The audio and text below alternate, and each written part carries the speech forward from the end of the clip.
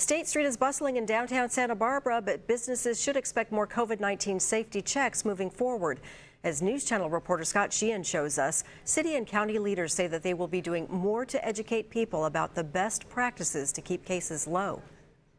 Could you please walk to the next section? Thank you very much. County and city workers are out in downtown Santa Barbara checking people and businesses to make sure that they're following the health guidelines during the pandemic. Kendra Wise is the Environmental Health Services Supervisor for Santa Barbara County. Her staff is inspecting businesses that reopened.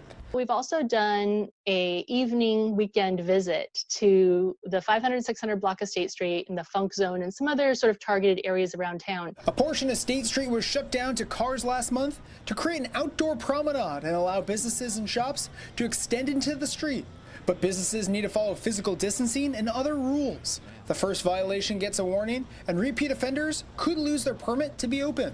But we're trying to be pretty assertive about how we enforce the health officer's order because we really want to make sure our community is able to remain open safely. We surveyed businesses downtown and spoke with one business that ran into spacing issues with neighboring businesses. He says no one from public health brought up any concerns. They give all the instruction and help us for just open the business quick. Everything's good. City leaders added new signs along State Street, and Wise says that it's just as important for businesses to educate the customers on what the rules are as it is for the customers to know the rules and to follow them. There's a ton up there. There's some, I do see face covering required. Yeah, and it's also like mandatory with going in and out of shops, which is great.